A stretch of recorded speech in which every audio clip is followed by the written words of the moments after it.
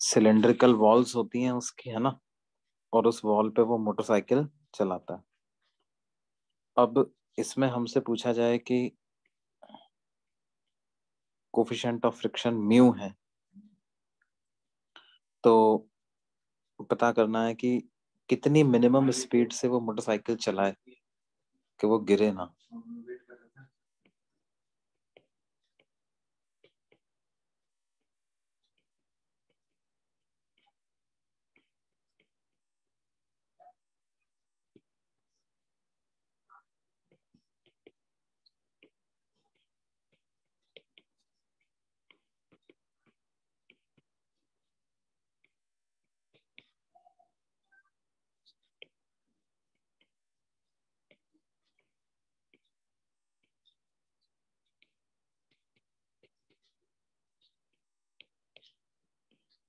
Find the minimum constant speed, है ना, कितनी मिनिमम कांस्टेंट स्पीड से उसको बाइक चलानी ही पड़ेगी ताकि वो गिरे ना। हमें दिया हुआ है कि ये जो सिलेंड्रिकल वॉल्स हैं इनकी रेडियस आर है।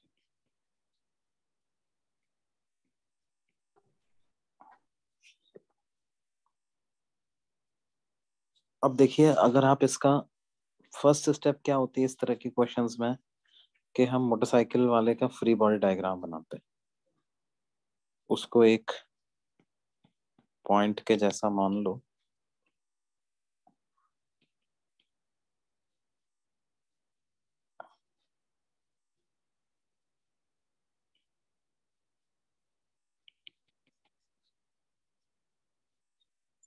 और उसका फ्री बॉडी डायग्राम बनाओ। तो ग्रेविटेशनल फोर्स लग रहा है डाउनवर्ड डायरेक्शन, इसको स्लाइड होने से रोकने के लिए फ्रिक्शन लगेगा ऊपर, और ये दीवार का नॉर्मल फोर्स लगेगा सेंटर की तरफ। तो नॉर्मल किसके बराबर होगा?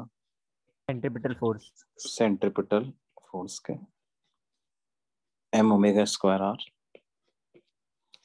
और फ्रिक्शन कितना चाहिए कि नीचे गिरे ना? mg। एम जी के बराबर होना चाहिए। लेकिन अच्छा, ये फ्रिक्शन कौन सा होगा बच्चों, स्टैटिक होगा काइनेटिक होगा? फिर काइनेटिक। स्टैटिक। काइनेटिक। देखो इसमें क्या है, भले ही ये मोटरसाइकिल मूव कर रही है सिलेंड्रिकल वॉल पे, बट लेकिन वर्टिकली मूव नहीं कर रही ना। हाँ भाई, होता क्या है कि कोई भी व्हीकल जब रोड पे मूव करता है, नॉर्मली अगर चल रहा है, स्किडिंग नहीं हो रही है, तो जो फ्रिक्शन लगता है वो स्टैटिक लगता है, क्योंकि जो लोएस्ट पॉइंट होता है ना, वो रेस्ट पे आ जाता है जब वो रोड के कांटेक्ट में आता है।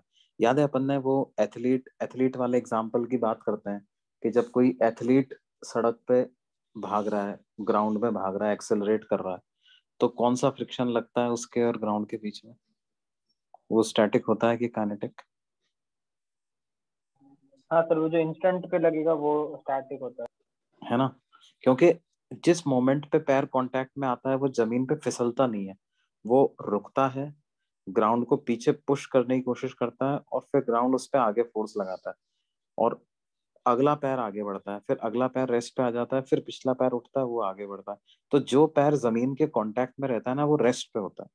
उसी तरह से टायर भी जब कार का या मोटरसाइकिल का रोड पे चलता है, तो लोएस्ट पॉइंट जो होता है कार का, वो इंस्टेंटेनियसली रेस्ट पे आ जाता है। अब फ्रिक्शन तो लोएस्ट पॉइंट पे ही लग रहा है ना, वो पूरे टायर पे थोड़ी फ्रिक्शन लग रहा है। आप सोचिए, फ्रिक्शन किस पे लग रहा है, क्या पूरे टायर पे लग रहा है कि लोएस्ट पॉइंट पे लग रहा है? Lowest point. तो जो कांटेक्ट का है उसी पे लगेगा, और वो रेस्ट पे है, इसलिए जो फ्रिक्शन लगता है वो स्टैटिक फ्रिक्शन लगता है। अब स्टैटिक फ्रिक्शन की मैक्सिमम वैल्यू क्या होती है बच्चों? mg। मैक्सिमम मैक्सिमम वैल्यू क्या वो म्यू म्यू एन एन। है। Mu into mu N. N होती म्यू एन होती, यानी mu into M omega square R. अब ये जो कंडीशन है सेटिस्फाई तभी हो पाएगी जबकि एम जी जो है वो mu M omega square R से छोटा रहे। तो यहाँ पे m से m कैंसिल होता है, और आपको क्योंकि स्पीड पता लगानी है तो ओमेगा को स्पीड के टर्म्स में कन्वर्ट करके ओमेगा स्क्वायर आर की जगह वी स्क्वायर बाई आर लिख लो आप। तो आपको आ जाएगा V should be greater than equal to under root of mu G by R, है ना। तो आपने देखा होगा कि भाई ये तो इतनी स्पीड से ज्यादा उसको मेंटेन करनी पड़ेगी। स्पीड ज्यादा रहेगी तो नॉर्मल ज्यादा रहेगा, नॉर्मल ज्यादा रहेगा तो फ्रिक्शन की मैक्सिमम वैल्यू ज्यादा रहेगी, तो नीचे गिरने का चांसेस उसके कम हो जाएंगे, है ना। ऐसे अपने को लगता है अरे यार ये तेज चला रहा है तो ये मतलब हीरो बन रहा है तेज चला करके, लेकिन क्या है उसकी मजबूरी है उस समय पे, तो वो तेज नहीं चलाएगा तो नीचे गिर जाएगा। समझ में आ रही बात बच्चों। और हाँ सर। प्रैक्टिकली देखो, प्रैक्टिकली अगर आप देखोगे तो वो परफेक्टली सिलेंड्रिकल वॉल्स नहीं होती है, थोड़ी सी टेपर्ड होती है ना, एक यस ऐसा सर, ट्रंकेटेड कोन जैसी होती है। यस तो वो सर तो कम ट्रंकेटेड कोन, मिनिमम स्पीड लगेगी ना? हाँ तो उससे उससे क्या होता है कि देखो, तो थोड़ी सी ग्रेविटी कम भी हो जाती है उससे। ये नॉर्मल एक से मिनट को कंपेयर नहीं, टू ऊपर। एक दो दो फायदे हो जाते हैं। देखो ये एक तो ये इसका एक्सप्रेशन को करेक्ट करो, v should be greater than equal to under root of R G by mu S R, R के प्रोपोर्शन है। जब रेडियस कम है तो कम स्पीड से काम चल जाता है, जब रेडियस बढ़ती है तो स्पीड उसको बढ़ानी पड़ती है, और हायर सर्कल पे जाना है तो ज्यादा स्पीड रखनी पड़ेगी। ये बात समझ में आती है। सर इस तो फॉर्मूले शुरू में में देखो मास का कोई भी रोल नहीं है? हाँ, अब इसमें एक और फायदा क्या होता है कि नॉर्मल का भी एक कंपोनेंट आपको सेंट्रीपिटल फोर्स प्रोवाइड करने के काम आ जाता है, और एक कंपोनेंट mg को बैलेंस करने के काम आ जाता है। मतलब अब पूरी तरह से आप फ्रिक्शन पे डिपेंडेंट नहीं हो mg को बैलेंस करने के लिए, है ना। नॉर्मल का भी कुछ उसमें यूज आ जाता है। ये बात समझ में आती है बच्चों। यस सर, इधर हम्म, कितना भी मास हो, अगर वेलोसिटी इससे ज्यादा है तब चल जाएगा? हाँ बिल्कुल सही बात, मास से फर्क नहीं पड़ रहा है इसमें। ओके।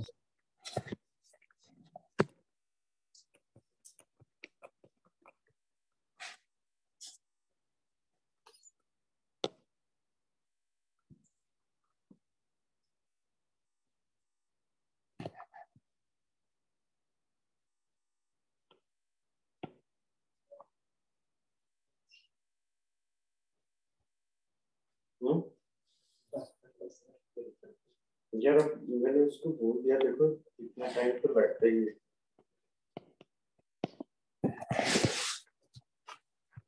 देखो जैसे एक सवाल और कराते हैं तुमको।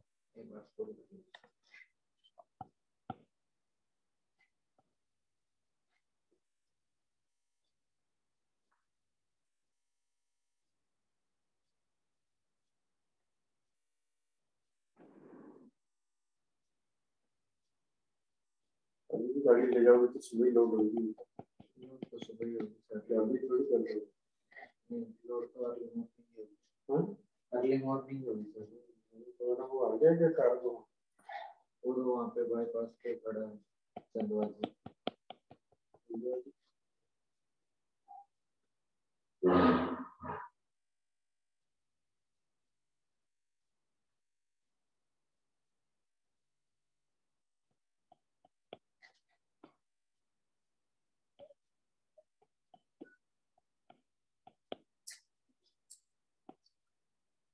अब देखो बेटा क्या है, हमें दिया हुआ है ये एक रफ सरफेस है, कोफिशिएंट ऑफ फ्रिक्शन म्यू है, और इस वर्टिकल रॉड को मैं ओमेगा एंगुलर वेलोसिटी से रोटेट कर रहा हूँ। क्या खाना कौन सा पड़ता है? Neglect effect of gravity.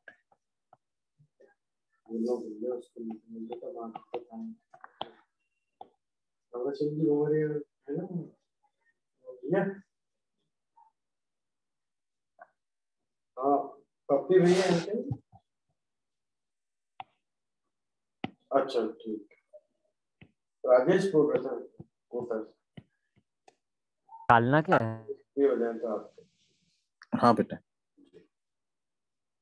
अब देखो क्या है, ग्रेविटी का इफेक्ट हमको नेग्लेक्ट करना है, और ये जो रॉड है, ये रॉड क्या करती है,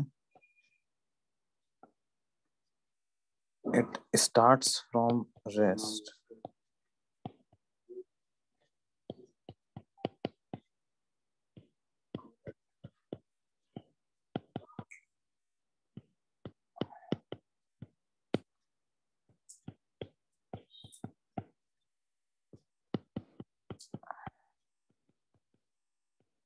moves with constant angular acceleration alpha.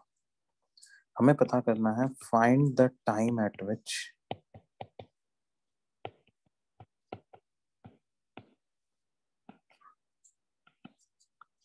the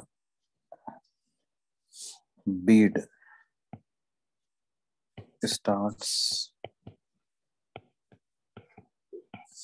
sliding on the rod.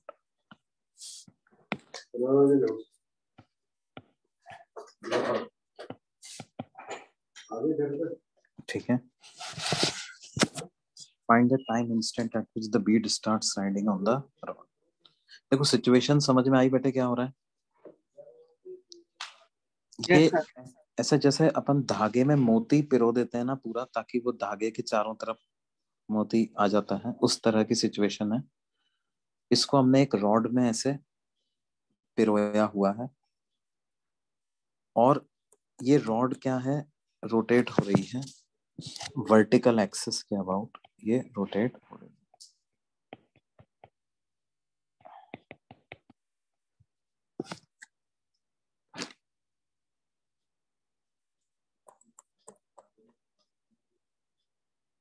है ना? अब हमें क्या करना है बेटे, हमें ये पता करना है कि अच्छा शुरू में इसकी एंगुलर वेलोसिटी 0 है, initial angular velocity 0, alpha angular acceleration से घूमना चालू करती है। तो क्या होगा, धीरे धीरे इसकी एंगुलर स्पीड बढ़ती जाएगी। तो हमें पता लगाना है कि किस टाइम पे ये स्लाइड करना चालू कर दे। अब देखो बच्चों, अगर अपन इस बीड का फ्री बॉडी डायग्राम बनाएं,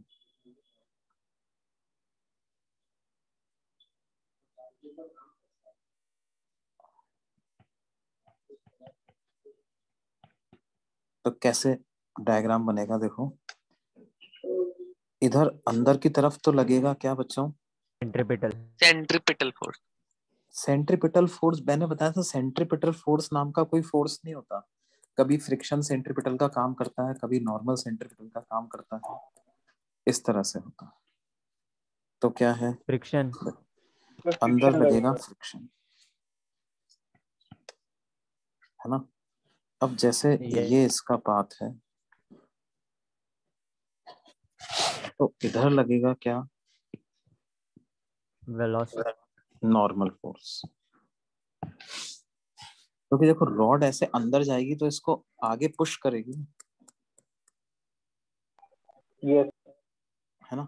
ध्यान दो, इस डायरेक्शन में नॉर्मल फोर्स इसको टेंजेंशियल एक्सेलरेशन प्रोवाइड कर रहा है, फ्रिक्शन क्या प्रोवाइड कर रहा है, सेंट्रीपिटल फोर्स का काम कर रहा है, और नॉर्मल किसका काम कर रहा है, टेंजेंशियल फोर्स का काम कर रहा है। टेंजेंशियल फोर्स क्यों रिक्वायर्ड है, सिंस इट हैज अल्फा, इसका मतलब क्या है, टेंजेंशियल एक्सेलरेशन अल्फा आर के बराबर है, यानी इसका टेंजेंशियल एक्सेलरेशन भी नॉन जीरो, है ना?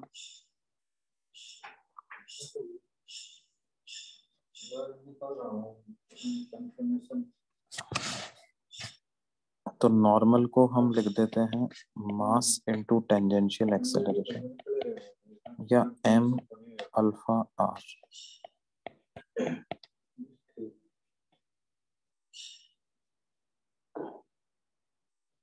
है ना? और फ्रिक्शन क्या काम कर रहा है, सेंट्रीपिटल एक्सेलरेशन, तो M omega square,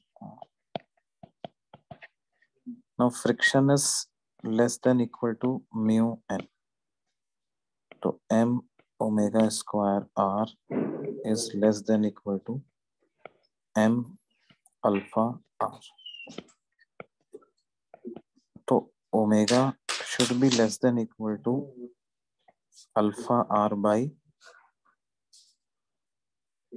in fact r से r कैंसिल हो जाएगा, तो omega should be less than equal to कितना बेटे, अंडर रूट अल्फा, है ना।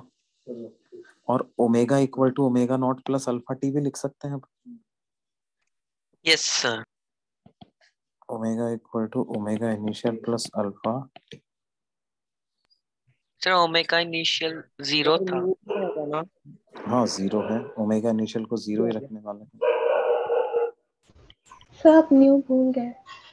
तो आ जाएगा alpha t is less than equal to root alpha, तो t is less than equal to कितना, और म्यू क्या आएगा सर? क्या ये बात समझ में आ रही है बच्चों? सर म्यू, हाँ म्यू, म्यू कहाँ गया, वो अल्फा के साथ आएगा ना, m omega square alpha should be mu, less than equal to alpha mu r. Mu m alpha r,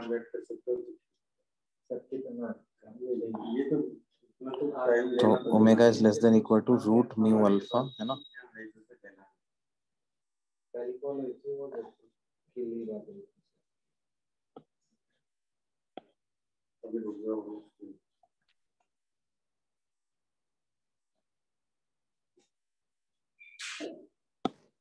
तो alpha t is less than equal to under root of alpha into mu, तो t is less than equal to under root of mu by alpha.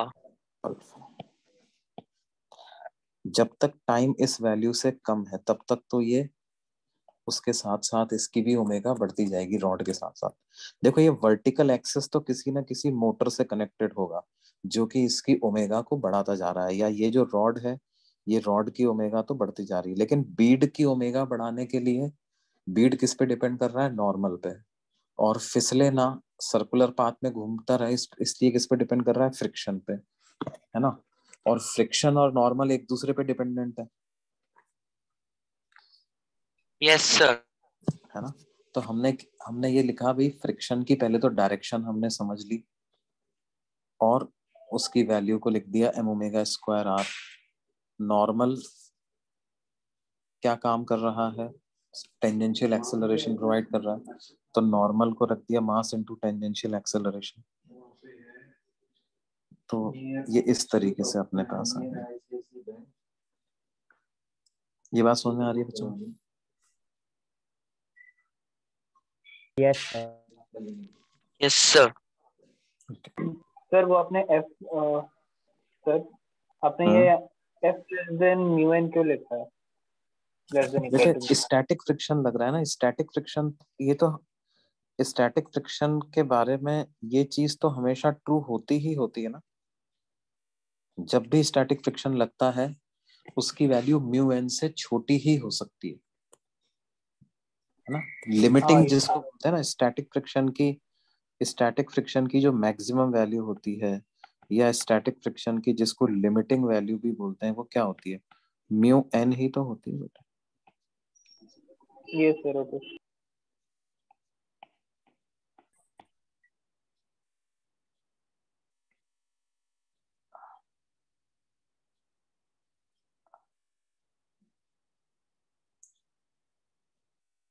तो इसका मतलब क्या है, अगर मान लो F लग रहा है तो मैक्सिमम वैल्यू का मतलब यही तो है कि वो म्यू एन से कम ही होगा।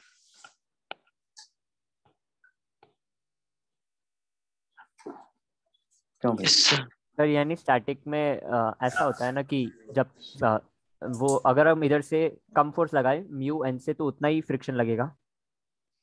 हाँ भाई, जैसे आप ऐसे देखो ना, जैसे कोई ब्लॉक है उसका मास 10 किलोग्राम और कोफिशिएंट ऑफ फ्रिक्शन 0.5 है, आपने उस पर 15 न्यूटन फोर्स लगा दिया, तो फ्रिक्शन कितना लगेगा इस पर? तो 75 न्यूटन। अरे यार नहीं नहीं क्या क्या नहीं, 15 ही लगेगा। 15। है ना, 15 ही लगेगा। अब 15 ही क्यों लगेगा साहब, म्यू एन के हिसाब से तो ये 50 आ रहा है। सर क्योंकि mu N maximum frictional force है। म्यू एम क्या है, मैक्सिमम फ्रिक्शनल फोर्स है। फ्रिक्शन लगेगा तो उतना जितनी जरूरत है। Yes sir. नहीं भाई, तुम अपने जेब में मान लो 100 रुपए का नोट लेके गए, बाजार गए, साहब हमें फलां चीज दे देना, उसने कहा यार ये तो 60 रुपए की है, तो तुम ये थोड़ी भाई घर से 100 रुपए दे आए तो तुम तो 100 ही दे देने हैं उसको, ऐसे होता है क्या। हाँ भाई ये है कि तुम उस चीज को खरीद पाओगे कि नहीं खरीद पाओगे, ये डिटरमाइन करेगा कि तुम्हारी जेब में कितने पैसे हैं, तुम फाइनली कितना पे कर रहे हो, वो तो उस चीज की वैल्यू पे डिपेंड करेगा ना, जितनी जरूरत है उतना ही तो पे करोगे तुम। हाँ सर। तो स्टैटिक फ्रिक्शन का क्या काम है, वो स्लिपिंग को रोकता है ना। अब आपको जरूरत है 15 न्यूटन की, तो 15 न्यूटन ही लगाएगा भले ही। हाँ ये बात है कि स्लिपिंग को रोक कब तक पाएगा, यदि यही फोर्स 15 न्यूटन की जगह आप 60 न्यूटन लिख देते तो क्या ये रोक पाता क्या, नो सर। No sir. नहीं रोक पाता ना। तो ये है, उसी तरह से यहाँ पर क्या है, हमने ये कहा कि यार इसको साथ में घूमते रहने के लिए इतने फ्रिक्शन की जरूरत है, लेकिन ये जरूरत कब तक पूरी हो पाएगी, जब तक कि ये वैल्यू म्यू एन से कम है ना। क्योंकि देखो इसके पास अल्फा है तो ओमेगा तो बढ़ता जा रहा है, ओमेगा बढ़ता जा रहा है तो फ्रिक्शन की जो जरूरत रिक्वायर्ड वैल्यू वो भी बढ़ती जा रही है, लेकिन वो रिक्वायर्ड वैल्यू फुलफिल कब तक हो पाएगी, till it is less than और equal to its limiting value which is mu N.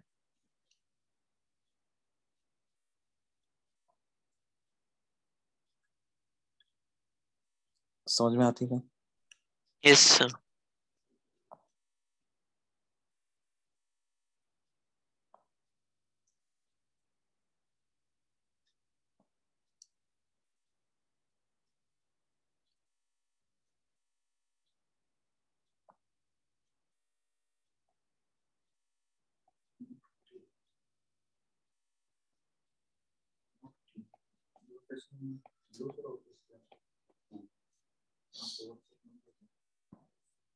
ठीक है, ये है। और देखो जैसे मान लो हमसे कहा जाए कि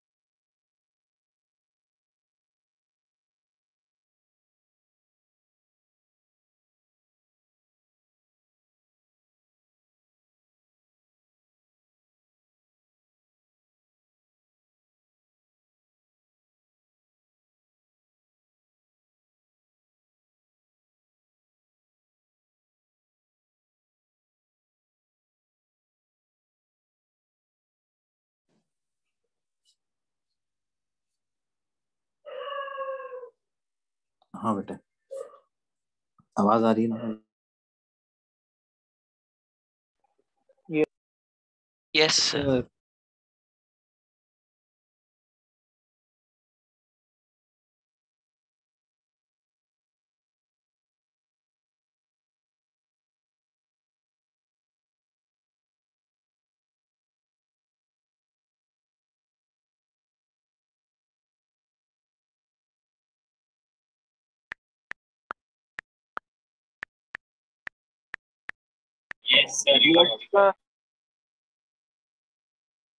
यस सर। सर अभी नहीं है, मतलब अभी आप क्या बोल रहे हो कुछ?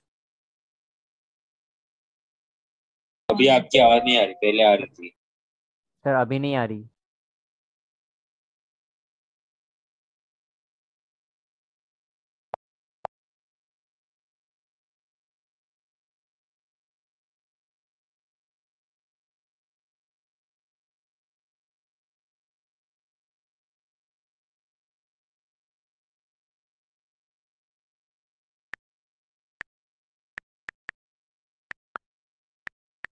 यस सर, स्क्रीन विजिबल है। स्क्रीन दिख रहा है।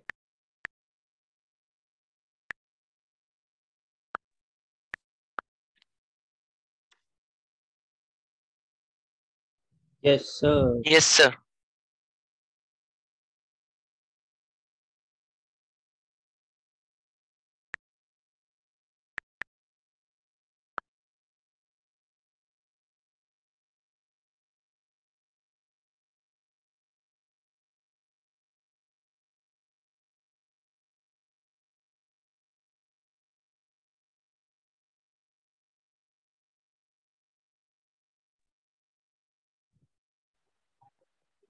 रिज्वाइन करे क्या? सर आवाज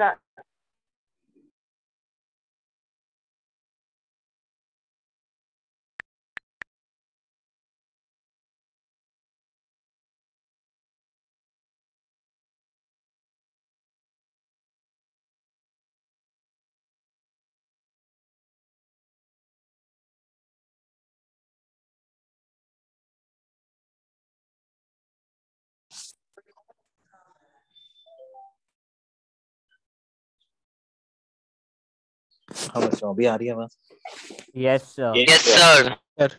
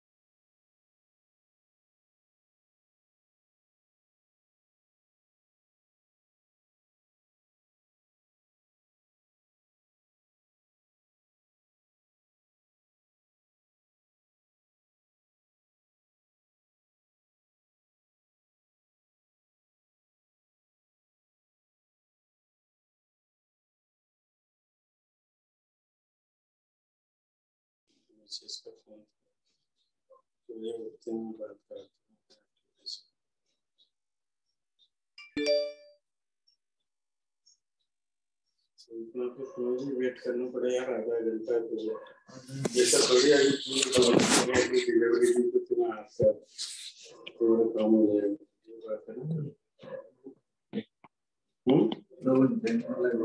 देखो नहीं तो कम के आसपास पहुंच जाता, जाके सो जाता खाना खाने टाइम से, फास्ट किया हुआ है सर। ये खाना खा लो, नोट कर दो।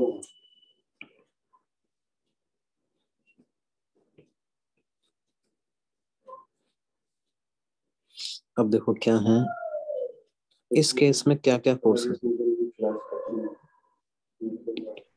सर ढूंढना क्या? हमें दिया हुआ है at some instant angular velocity of the disc is omega and angular acceleration is alpha, है ना। हमें पता करना है find the friction force acting on it.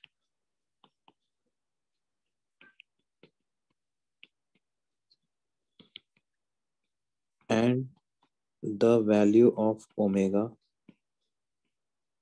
at which it will slip. The block will slip.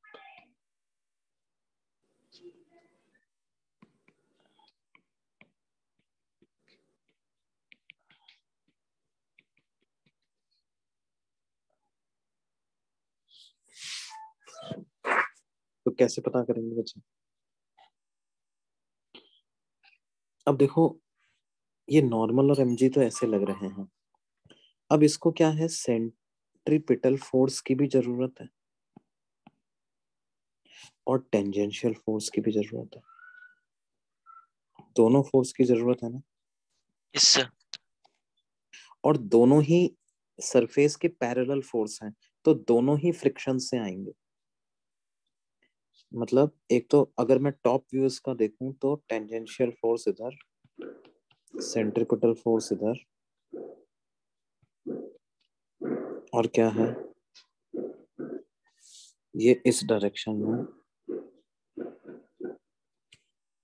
इस पर friction लगेगा और फ्रिक्शन क्या काम करेगा, under root of F T square plus F C square के बराबर का जो रिजल्टेंट फोर्स है वो फ्रिक्शन इसको प्रोवाइड करेगा। Tangential force m alpha r और सेंट्रिपिटल फोर्स कितना m ओमेगा स्क्वायर r। तो कितने फ्रिक्शन की जरूरत पड़ेगी, m r under root of alpha square plus omega की पावर 4।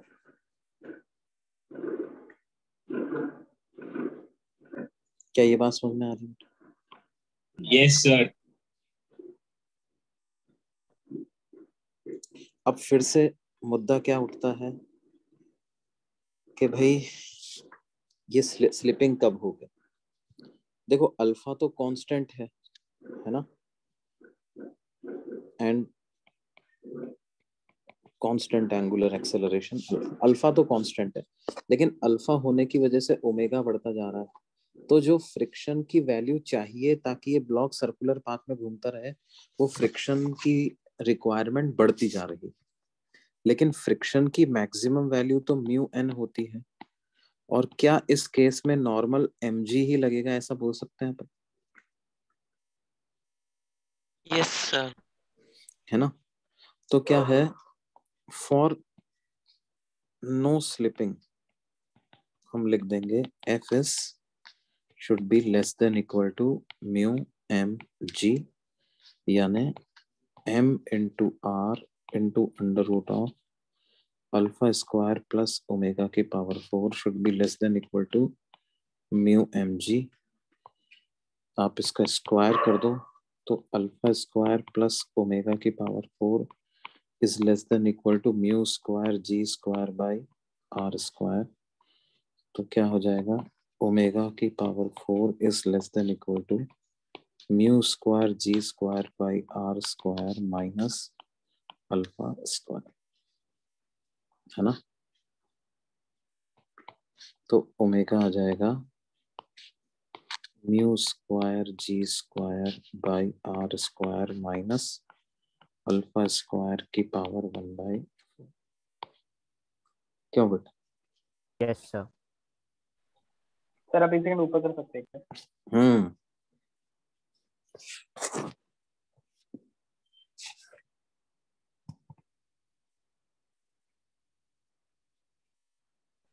हाँ डन। सबने नोट कर लिया बेटा ये वाला पेज?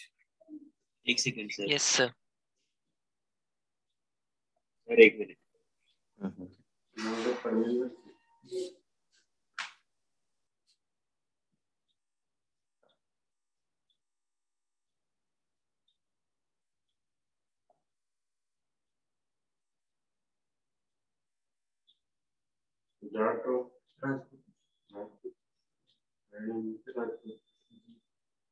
हमारा हरियाणा का नाम रिपोर्ट टच पे पिलानी है ना सर, पिलानी के पास।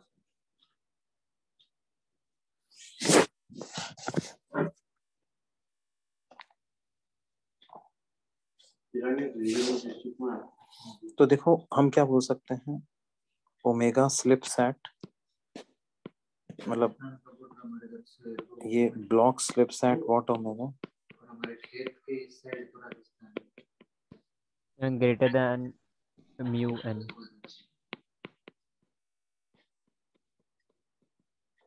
हम लिख सकते हैं जस्ट, मतलब जरा सा भी अगर बड़ा हो गया किससे, इसमें।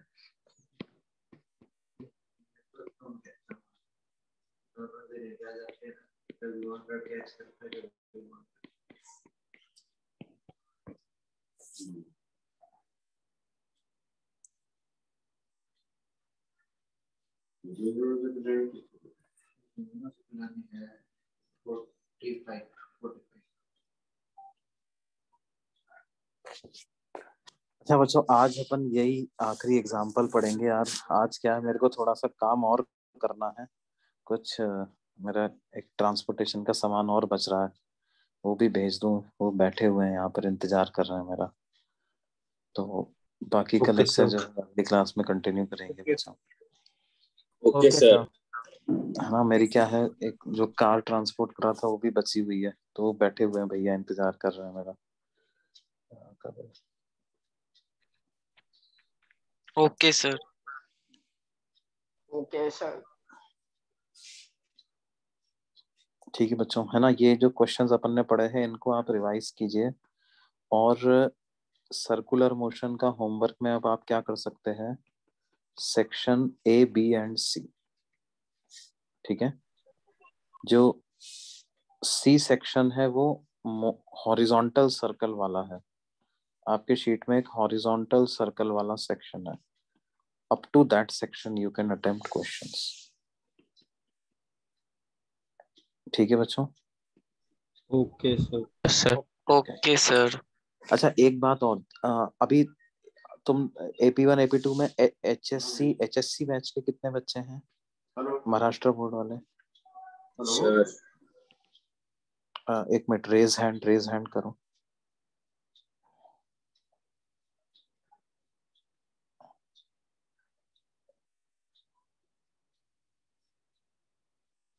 ओके, कुछ लोग हैं। तो बेटा ये जो सर्कुलर मोशन वाला जो चैप्टर है वो HSC में अगर आप बुक देखोगे तो वो 12th क्लास में आता है ना। CBSC में ये चैप्टर 11th में ही आता है। तो भाई कुछ लोग क्या है, पैरेलली अपनी बोर्ड की बुक देख करके कंफ्यूज नहीं होना। फॉर HSC ये 12th का चैप्टर है। हम इसलिए इसको भी पढ़ा देते हैं क्योंकि थोड़ा सा ये है कि मैकेनिक्स एक साथ समझ में आ जाती है बच्चों को। आगे जाकर के मैकेनिक्स के भी कुछ कंसेप्ट यूज होते हैं तो वो भी समझ में आ जाता है। हाँ भैया। है ना। हाँ ठीक है बच्चों, अगली क्लास में इसको कंटिन्यू करेंगे अपन। अभी मैं नोट्स शेयर कर दूंगा, रिवाइज करना। नहीं, वो तो इनका आदमी आज कोटा आया हुआ है, तो अगर thank you sir. Bye bye sir. Sir. Bye sir. Thank you, sir. Bye, sir. Thank you sir. Thank you sir. ठीक। Thank you sir. हाँ वो वाली बात है, वो तो सब ठीक। Thank you sir. Bye sir. ठीक है बेटा।